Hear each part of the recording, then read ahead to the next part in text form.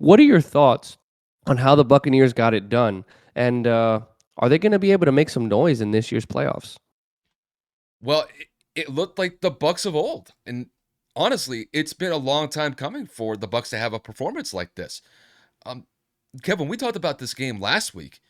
Um, we basically had this as like a really low scoring game where, it'd be lucky if the Bucs scored 15 to 20 points.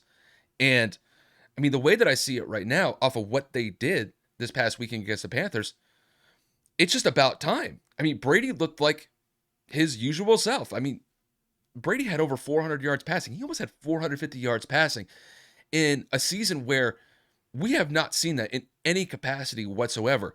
Mike Evans had a career day.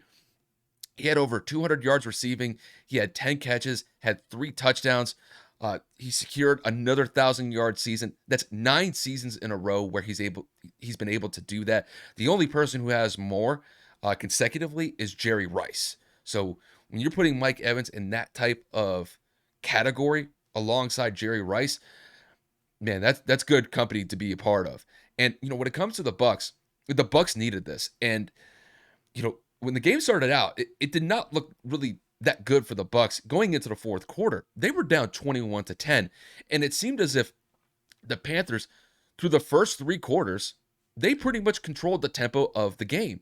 And I'll just say Brady showed up in the fourth quarter and really made some big time plays, especially to Mike Evans, that not only got the Bucs back into the game, but actually led some pretty solid drives that ended up in touchdowns instead of settling for field goals. And that was really the biggest thing for me was, usually when it comes to the Bucs this year, they have not been able to capitalize in the red zone to score touchdowns.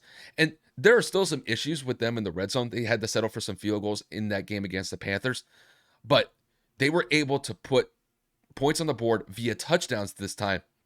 And honestly, what seems like light years compared to, or light years probably isn't the right word. I should say it's been a long time since we've seen the Bucs put up points in this type of manner, because I think the last time they scored 30 points in a game or more was against the Chiefs. And granted, that was in a loss, but that was probably like 2.5 months ago. I mean, it's been a long time since we've seen the Bucs had that type of output. Now, when it comes to where the Bucs go from here, it's going to come down to whether or not that the offense can be able to put up points. And when it comes to their track record this year, that has not been the case. This is the first time where they've been able to effectively score, and Brady's looked like his typical self, and the offense has finally gotten their rhythm.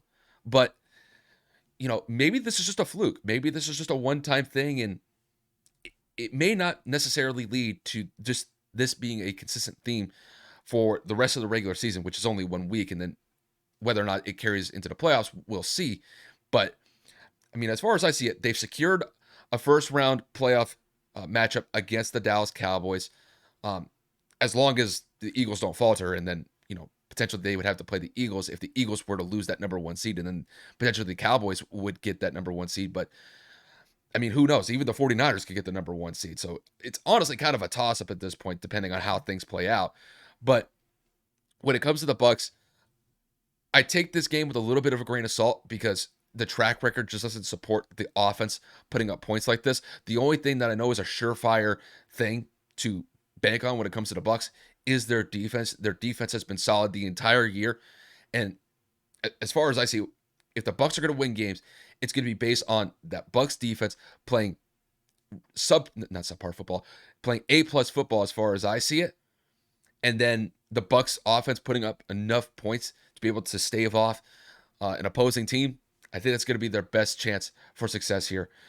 Overall, Bucs get the NFC South locked up. I mean, an 8-8 record, that's not that impressive, but nonetheless, somebody has to win the division.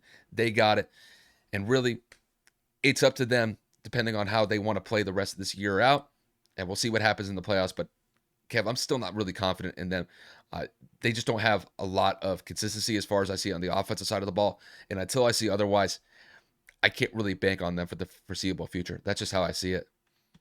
Yeah, no, I mean, like, I completely agree. Just because they show up for one game against an inconsistent opponent in the Panthers doesn't necessarily make them a threat in the playoffs. Now, again, I will not sit here and falter and critique Tom Brady like he hasn't won 7 Super Bowls. Anything is possible. But I could not agree more. I mean, aside from that, and going into this game, I mean, like Kyle said, when Carolina took the lead, it really looked like Sam Darnold was just going to continue to kind of ride the wave that he's been on. Not necessarily a hot streak of sorts, but he's been very, very consistent. He's been taking care of the football, and the Panthers have been doing relatively well. So, I mean, I just thought that Tampa was going to fold. Tom Brady was going to check out. This was definitively going to be that I'm done. I'm out of here. I can't even beat the Panthers. I'm leaving. I mean, he very well still may leave to go to Vegas or wherever. There's just rumors attached to where Tom Brady's going to be this next season. But for right now, they won the division. Mike Evans had the game of the year in terms of for himself, and Tom Brady went and had his best game of the season.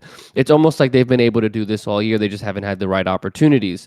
Now, I'm not going to go out and say that their connection has been off. You know, their chemistry might be faltering because they're trying to feed not Julio Jones, Chris Godwin a lot, but can't even make that argument because Chris Godwin had a huge game himself. So, I mean, like combined, they had 327 yards just between those two receivers. Brady was on fire.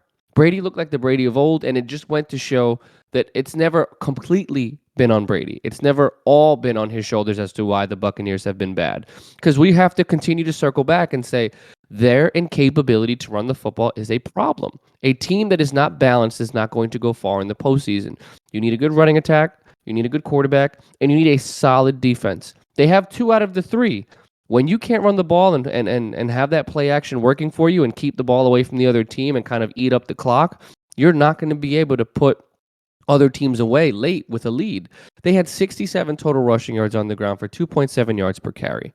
And they had 25 attempts. So it's not like they abandoned the run game. They went evenly, almost completely with Leonard Fournette and Rachaad White. Leonard had 10 touches. Rachaad White had 11. They both did not scrape over 20 yards.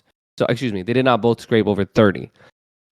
That is the biggest point of concern. When you go and you face a team in the playoffs where it's win or go home, you can't just continue to rely on your 44, 45-year-old quarterback for 45 passing attempts. So, again, credit to the Bucs for doing what they needed to do. They won a game that they needed to in order to seal their ticket into this year's playoffs. But going forward, I'm not going to look too much into this game for the sheer fact of this was against the Panthers, and that is not a slight. It is just a fact. There's a reason why they're 6-10.